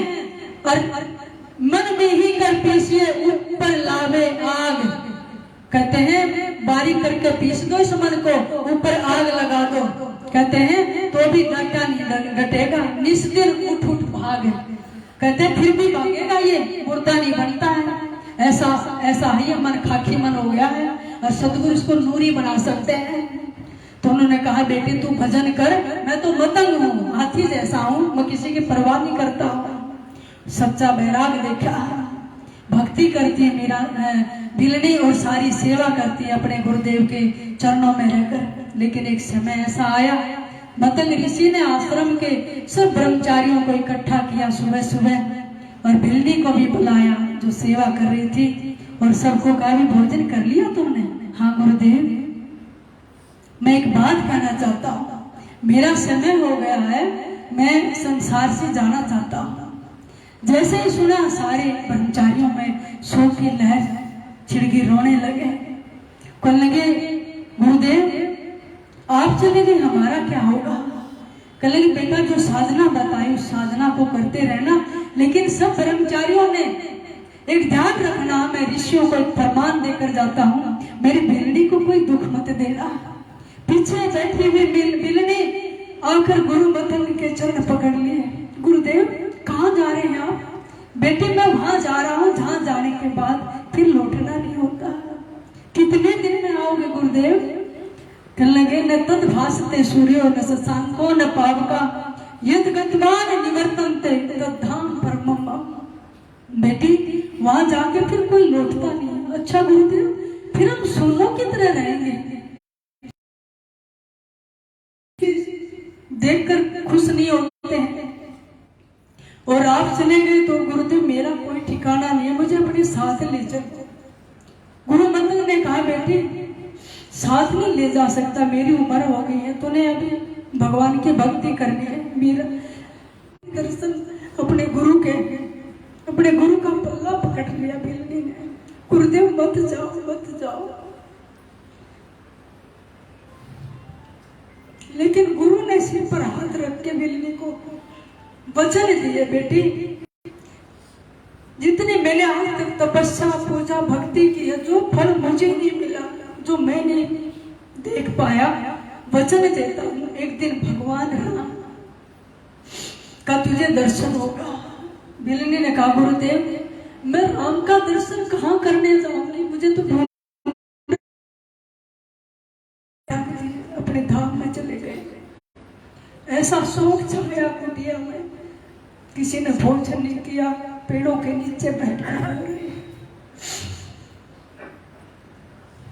गुरु मतंग ने टूट गई है माला मोती गुरु चले गए, टूट गई है माला मोती बिखर गए, 2 दिन रहकर साथ सतगुरु चले गए, अब तो हम जग में जिएंगे ऐसे रोते रोते, जैसे हम पर बीती ऐसी और किसी पे ना बीते। बिलनी चुप करती है कि ब्रह्मचारी को, ऋषियों को मां तुल्य आदर देने लगे। लेकिन जैसे सुबह हुई, अब बिल्ली ये पूछना भूल गई थी गुरुदेव राम आएंगे कब? अगले दिन से ही तैयारी शुरू कर दी। राम, मेरे गुरुदेव ने कहा था भगवान के चरण तो बहुत कोमल होंगे, सारे रास्ते को बुहार दिया, उसमें पुष्प बिछा दिए और चम से आएंगे। या कौन से रास्ते से आएंगे। 77 साल बीत गए भिलनी को रोजाना पानी भरते हुए, पुष्प बिछाते हुए, झाड़ू लगाते हुए। प्यारी आत्मा, 7 घंटे हम किसी का इंतजार नहीं कर सकते, बोर हो जाएंगे। अरे आना है तो आए, ना आए तो ना आए। लेकिन 12 साल की भिलनी जंगल में गुरु के पास आई थी और 77 वर्ष बीत गए, 82 साल से ऊपर की उम्र हो गई और एक दिन भी ऐसी ऊपी नहीं, उसी चाव से, भाव से कि मेरे गुरु कहकर गए हैं। देखिए, तपस्वी में तितिक्षा का भाव होता है, लेकिन भगत में प्रतीक्षा का भाव होता है। प्रतीक्षा करती रहे, लेकिन ज्ञानी में परीक्षा का भाव होता है। पर भिलनी प्रतीक्षा करती रही कि गुरु कहकर गए हैं तो जरूर आएंगे। एक दिन ऐसा आया, आज सुबह सुबह भिलनी उठी तो मन प्रसन्न है, अपने गुरु की याद आई। भिलनी के बाएं अंग फड़कने लगे और स्त्री का बायां अंग फड़कना शुभ सूचक होता है, पुरुष का दायां अंग फड़कना शुभ सूचक होता है। और अपने गुरु की याद आई है। जिस पेड़ के नीचे बैठकर वट वृक्ष के और पीपल त्रिवेणी थी, वहां पर उपदेश देते थे, भिलनी वहां जाकर मत्था टेका। प्रकाश रूप में गोल चक्र में अपने गुरुदेव का दर्शन हुआ और शुभ भाव आया आज भिलनी के कि आज जरूर राम आएंगे। सुबह से मुझे अपने गुरु की याद आ रही है। और जैसे कुटिया में झाड़ू लगा रही थी और फिर भगवान राम ऋषियों से पूछते हुए आ रहे हैं, मेरी भिलनी की कुटिया कहाँ है, मेरी भिलनी की कुटिया कहाँ है। ऋषियों ने बता दिया। पहले ऋषियों की कुटिया में नहीं गए, भिलनी के द्वार पर खड़े हैं और पीछे से करे माँ। जैसे ही सुना और भिलनी ने देखा, चरणों में गिर गई। वही कोमल चरण, आंखों में आंसू और चरणों में लिपट गई भगवान के। श्याम गौर सुंदर दो भाई, सबरी परि चरणन लिपटाई। प्रेम मगन मुख वचन आवा, पुनि पुनि पद सरोज सिर नावा। यानी श्याम और गौर वर्ण दो भाई हैं, चरणों में लिपट गई और फिर सामने खड़ी बोल नहीं पा रही है, अपने अश्रु जल से भगवान के चरण धो दिए। माँ बैठने के लिए नहीं कहेगी।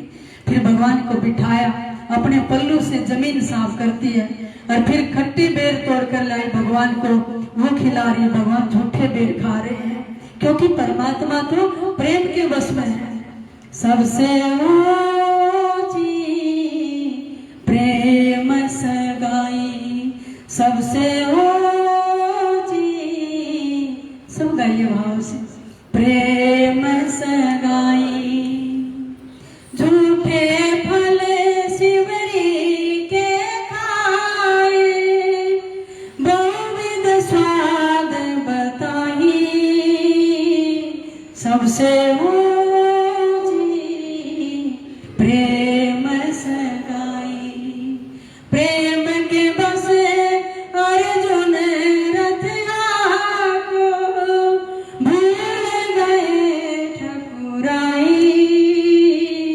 सबसे ऊंची प्रेम सगाई, सबसे ऊंची प्रेम सगाई।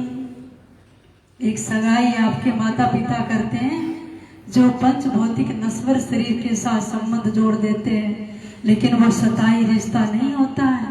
सब मर जाते हैं, रिश्ता टूट जाता है। एक सतगुरु रिश्ता जोड़ते हैं, प्रेम की सगाई, परमात्मा के साथ पल्लू बांध देते हैं, जो रिश्ता कभी टूटता नहीं है।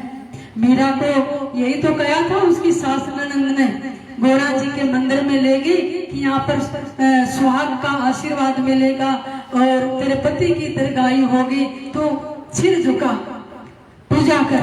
तो मीरा ने कहा, ना मैं पूजो गोरा जी, ना पूजो रणदेव, मैं पूजो राठौर जी, मारी सासु न जानो भेव।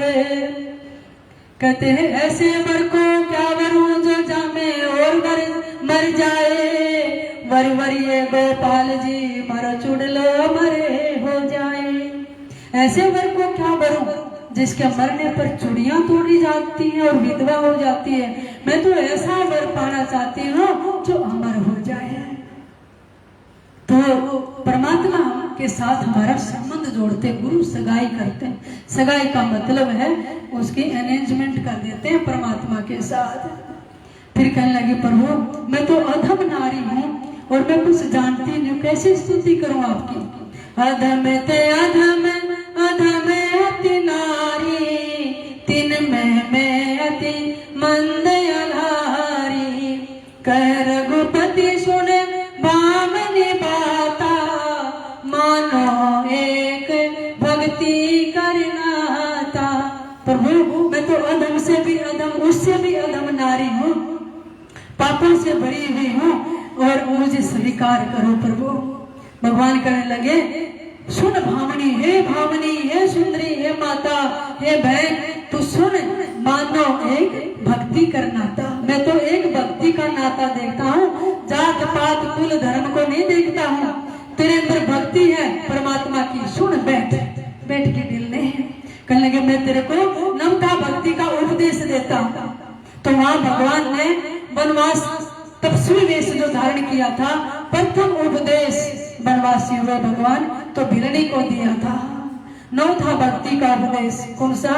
प्रथम भक्ति संतन कर संगा, दूसरी रति मम कथा प्रसंगा। कहते हैं प्रथम भक्ति है संतों का संग करना, सत्संग करना, बैठ के भगवान की चर्चा करना। फिर दूसरी रति मम कथा प्रसंगा, कथा तो सुन ली लेकिन झाड़ के नहीं उठना, उसमें रति हो जाए, प्रेम हो जाए। गुरु पद पंकज सेवा, तीसरी भक्ति अमान, मंत्र जाप मम, चौथी भक्ति मम, गुण गण करी कपट तज जान। और फिर कहते तीसरी भक्ति है गुरु के चरणों की सेवा, वो भी अमान रहकर मुर्दा बन के सेवा करें। चौथी भक्ति है मेरे गुरुओं का गान करना, कपट तज के, होशियारी तज के। मंत्र जाप मम दृढ़ विश्वासा, पंचम भजन स्ववेद प्रकाशा। कहते हैं मंत्र जाप मम दृढ़ विश्वासा, पांचवी भक्ति है जो मंत्र को दृढ़ विश्वास के साथ सुमरण करता है। ऐसा नहीं राम राम करते रहे। और फिर आप कहेंगे इस राम राम से तो कुछ भी नहीं होता है, लेकिन इस राम नाम का प्रमाण स्वयं भगवान ने जब देखा, जब समुद्र किनारे बानरों ने पत्थरों पर राम लिखते हैं और पत्थर जल में तैर जाते हैं। अर्ध नाम पाषाण करे नर लोई दे। कहते हैं ये मनुष्य जब आधे नाम से भी पत्थर तर गए तो मनुष्य तो पार को नहीं होगा। अर्ध नाम कुंजर जटा, गज गराबे पार, और उदय मुहूर्त सठ दिलीप, ऐसा नाम उच्चार, ऐसा नाम का उच्चारण करो जैसे उस गज ने जब गरा ने पैर पकड़ लिया 10,000 वर्ष तक युद्ध होता रहा। और फिर जब हथनी और अथी सब छोड़कर चले गए, डूबने लगा, एक दिन गरा ने पैर खींच लिया और बिल्कुल भगवान को अंदर तरफ से रा ऐसे जपा था, रंकार, यानी पूरा मैं नहीं कह पाया था और इतने भगवान प्रकट हो गए थे। तो गरीबदास पास कहते हैं अर्ध नाम कुंजर जपा, हाथी ने जपा था, गज गरा गए पार, वो पार हो गए। तो इसलिए मनुष्य तू भी पार हो जाएगा, लेकिन राम नाम मुख से कहें, कर से देवे दान, दूसरा दान पुण्य करे, दूसरे की सेवा करे, या का फल बाचे नहीं जाके उर में ज्ञान। परमात्मा उसका फल कभी नहीं रखता है। जिसके जीवन में दो चीजें हैं, परमात्मा का नाम और दान। तो ऐसा नौथा भक्ति का भगवान राम ने उपदेश दिया। जब जाने लगे तो बिल्ली ने कहा, महाराज अब मेरे को भी साथ ले चलो बिल्ली, हमारी तो सीता माता कोई उठा कर ले गया, भ्रमण पे है, उनको ढूंढ रहे हैं। वो तो लीला कर रहे थे वैसे भगवान, विषय बहुत लंबा है, लेकिन अपने साथ नहीं ले जा सकते। कहेंगे प्रभु फिर मैं अपने गुरु का वियोग सह सकी, केवल आपके कारण कि राम आएंगे। मैं अपने गुरु के वचनों पर थी और गुरु वचन पे डट के कट के फंद 84 के। देखिए गुरु को मानना आसान है, लेकिन गुरु की मानना आसान कठिन है। गुरु को तो सब मानते हैं, मेरे गुरु माला डाल दी, पूजा करती, लेकिन गुरु की मानना, गुरु का उपदेश क्या है, गुरु की आज्ञा क्या है, वो सबसे ज्यादा शिष्य के लिए मान्य रखता है। अरे गुरु को सिर पर रखिए, चलिए आज्ञा माई, कहे कबीरता दास को 3 लोग डरना है। जो गुरु को सिर पर लेकर चलता है, आज्ञा में रहता है, उसको 3 लोग में भी कोई डर नहीं है, भय नहीं हो सकता है। ऐसी संतों की का वचन है कबीर साहब का। महाराज आप जाओ मत, तो कहने लगे मैं अभी आपके सामने ही शरीर छोड़ना चाहते हैं। और उसके अंदर ऐसा ज्ञान प्रकट हो गया था अपने गुरु का, भगवान राम का। भिल्ली ने योग अग्नि से अपने शरीर को जला दिया और भगवान राम के सामने ही देह त्याग कर दिया और वहां पुष्प पैदा हो गई। और भगवान राम ने उसकी जो थोड़े फूल और खाक बची थी उसको मस्तक पर लगाया और कहा जोगी वृंद दुर्लभ गति सोई, तो मैं आज सुलभ भई सोई। हे भिल्ली माँ, जो गति बड़े बड़े वृंद जोगियों को, योगियों को, तपस्वियों को, ऋषियों को दुर्लभ होती है, वो गति आज तेरे को देती है। भिल्ली ने कोई तप नहीं किया, बहुत बड़े यज्ञ किए थे। क्या किया था? भिल्ली ने केवल अपने गुरु की सेवा की थी, उनकी आज्ञा में रही और गुरु के कहने से नाम की कमाई की। ऐसा प्रेम पैदा हुआ कि घर बैठे ही गुरु ने कृपा की और राम मिलने आ गए। तो इसलिए प्यारी आत्माओं, ऐसी भक्ति करो। चारों युगों में 4 साधन बताए हैं। सतयुग में बड़े बड़े तप बताए, लेकिन वो तप आज कलयुग में हम नहीं कर सकते। त्रेता में बड़े बड़े यज्ञ करते थे, आज नहीं कर सकते। फिर द्वापर आया, द्वापर में बड़े बड़े यज्ञ फलित नहीं हुए तो लोग दान करते थे। लेकिन अब कलयुग है, आप केवल गुरु की शरण धारण करके घर का काम करते रहो, लेकिन नाम जपते रहो। कलयुग केवल नाम आधारा, सुमर सुमर नर उतरे पारा। परमात्मा की मंजिल बहुत दूर है, हम पा नहीं सकते हैं, क्योंकि परमात्मा तो हरि व्यापक सर्वत्र समाना, प्रेम से प्रगट होई में जाना। परमात्मा तो सब जगह है, लेकिन सबसे पहले अपने भीतर खोजना पड़ेगा। और गुरु भी मार्ग बताएंगे कि श्वास के अंदर कैसे आपने नाम जपना है। Don't waste even a single breath, एक भी श्वास व्यर्था मत खो, क्योंकि श्वास सांस में नाम जप व्यर्था श्वास मत खो, और ना जाने इस श्वास का फिर आवन होना हो। कहते हैं 3 लोग का मोल है एक श्वास जो खाली जाए, यानी इस श्वास की बहुत बड़ी कीमत है। श्वासा पार सो भेद हमारा, जो सुमर सो उतरे पारा। श्वासा पार सो आदि निशानी, जो खोजे सो हे दरबानी। कोई कोई भजनानंदी महात्मा है जो इस भजन के सार को जानते हैं, इस साधना को जानते हैं, नहीं तो बहुत कठिन है। कोई कोई संत होते हैं जो साधना करके प्रैक्टिकल इस शब्द को जगा लेते हैं। शब्द तो आपने सबने ले लिया गुरु से, लेकिन शब्द को जगाना कैसे है? नासा से नाभि तक कैसे ले जाना है, और फिर कैसे नाभि से प्राण को जागृत करना, और वहां पर प्राण अपान को समान करके और व्यान को, फिर इसकी ऊर्ध्व गति कैसे होगी, और यही प्राण ऊर्जा बनके कैसे भौर गुफा के रास्ते से त्रिकुटी के द्वार को खोलता है। और इसी त्रिकुटी में अपने जो देहधारी गुरु होते हैं, वही जो नर रूप में साकार है, वो नूरी रूप में त्रिकुटी में दर्शन देते हैं। सतगुरु जी कहते हैं, गृह त्रिकुटी कमल तो परमहंस पूर्ण, सतगुरु समर्थ आप हैं। मन पावना सब सिंध मेलो, सुरत निरत का जाप है। तो सतगुरु क्या करते हैं, हमने सुरती और निरति, ये दाया सुर है ना, जो राइट है, इसको इंगला कहते हैं, सुरती कहते हैं, इसका पीला रंग है। और जो बाया सुर है ये चंद्र सुर है, और ठंडा सुर है ये पिंगला है, इसको निरति कहते हैं। तो हम या तो श्वास इधर से लेते या इधर से, ये गर्म सुर होता है। इसलिए योगी संत दिन के समय ठंडक लेने के लिए इस सुर को चलाते हैं, लेफ्ट को, ठंडे को, इसको नाड़ी शोधन क्रिया कहते हैं। और रात को फिर सोएंगे बाई करवट, और बाई करवट आपने सोना चाहिए। तो रात को ठंड होती है तो आपको गर्मी की आवश्यकता होती है, उस समय आपका दायां सुर चलना चाहिए। लेकिन आप सीधे बैठकर, और जो आप मेरुदंड आपका सीधा रहे 90 डिग्री पर, स्पाइनल कार्ड आपकी बिल्कुल बैकबोन सीधी हो, और आपकी या तो भक्ति मुद्रा हो, भाव मुद्रा या ज्ञान मुद्रा हो, और सीधे बैठ जाए। और फिर आप सुरती नृत्य से इसका जप करें, फिर आपकी सुषुम्ना चलने लग जाएगी। और जिसकी सुषुम्ना 100 श्वास एक साथ सुषुम्ना में चल जाए, सदगुरु जी प्रमाण लिखते हैं वाणी में, उसका त्रिकुटी का द्वार खुल जाता है, उसके सदगुरु प्रकट हो जाते हैं। ये गुरु है, यही गुरु नूरी रूप में यहाँ पर सदगुरु रूप में प्रकट होते हैं। एक गुरु तो मानुष है, दूजा शब्द दलाल, तीजा शब्दातीत है नजरी नजर निहाल। एक गुरु तो वो है जो मनुष्य रूप में हमारे सामने है, और दूजा शब्द दलाल जो हमारे को शब्द दिया है, यही द्वार खोलेगा, यही शब्द स्वरूपी सदगुरु हमें यहाँ मिलते हैं। अपने अपने गुरु जैसे गरीबदास जी को कबीर साहब मिले, लेकिन जयतराम जी को गरीबदास जी मिले।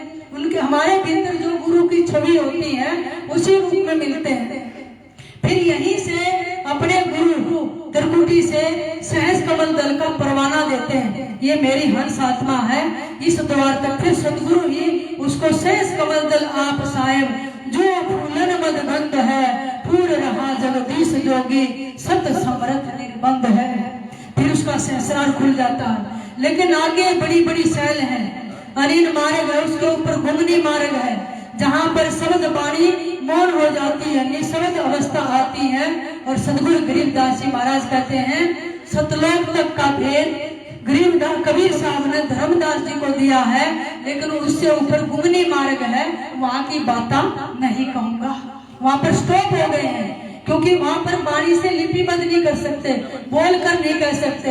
वो गूंगे को गुड़ खाने जैसा रास्ता है, वो गुमनी मार्ग है।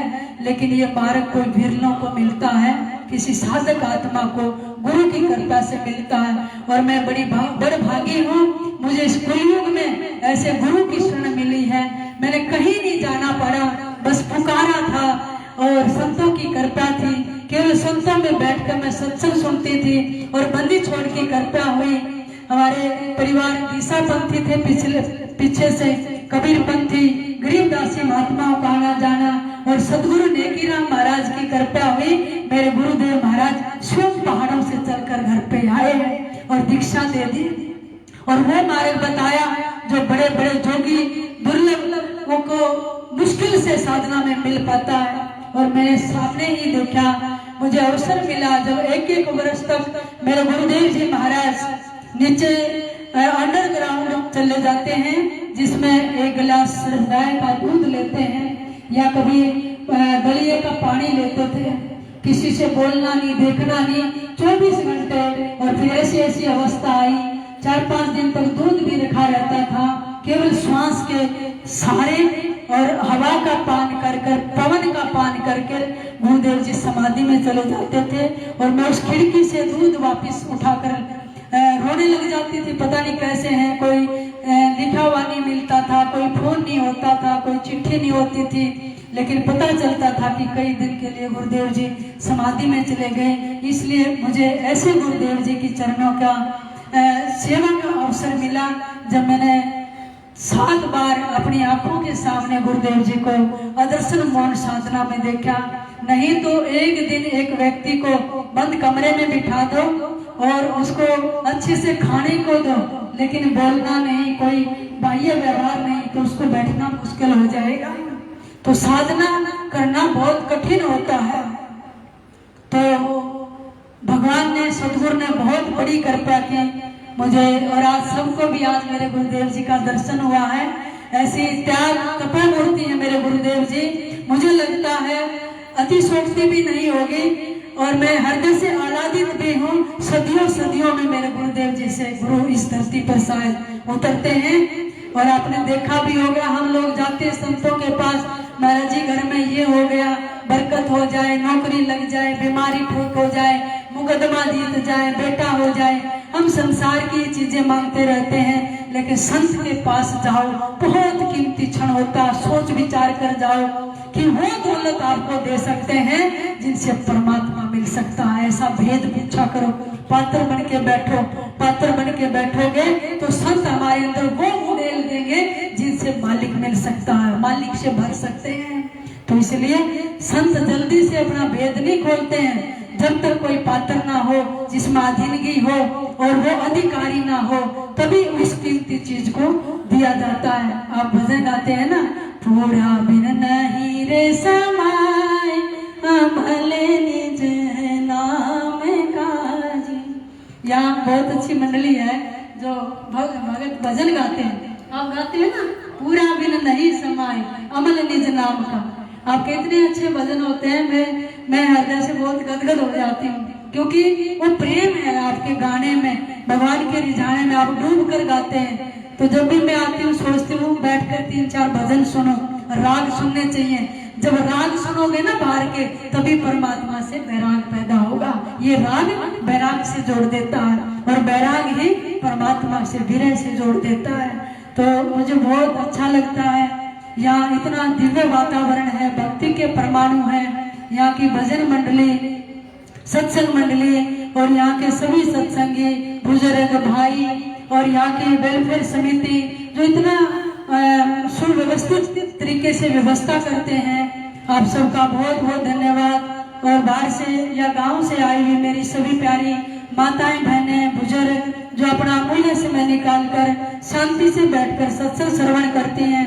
वैसे तो यहाँ रोजाना सत्संग होता है, लेकिन भादो मास में विशेषकर सदगुरु की वाणी चलती है, वाणी पाठ श्रवण करते हैं, क्योंकि ये सदगुरु का वाङ्मय स्वरूप है। तो इसलिए सुननी चाहिए, पढ़नी चाहिए। फिर आप भजन भी श्रवण करते हैं। सारी प्यारी माताओं बहनों का भी बहुत बहुत धन्यवाद। बंदी छोड़ आपके सबके हृदय में भक्ति पैदा करे, संतों की सेवा करो, दर्शन करो और अपने बच्चों में भी अच्छे संस्कार डालो। अपने घर में एक स्वर्ग जैसा, आश्रम जैसा वातावरण तैयार करो। फिर देखा ना, अपने आपके घरों में लड़ाई झगड़ा नहीं होगा, गुरु कृपा होगी, आपके बच्चे आज्ञाकारी होंगे, पतिव्रता स्त्री घर में हो और एक देवतुल्य पति घर में हो, तो आप गरीबी में भी भक्ति कर सकते हैं, जैसे बिल्ली ने की, नामदेव ने की और इतने कितने सारे भक्त हैं। उन्होंने संसार का धन दौलत नहीं मांगा, क्या मांगा? भक्ति दान गुरु दीजिए देवन के हो देवा। ये सदगुरु कुछ नहीं देना, अपने चरणों की भक्ति देना। इसलिए आप भी परमात्मा से भक्ति मांगे। तो हम सभी संतों के चरणों में वंदन करते हुए, समय काफी हो गया, मैं एक भजन बोलूंगी, आप भी मेरे साथ साथ बोलेंगे।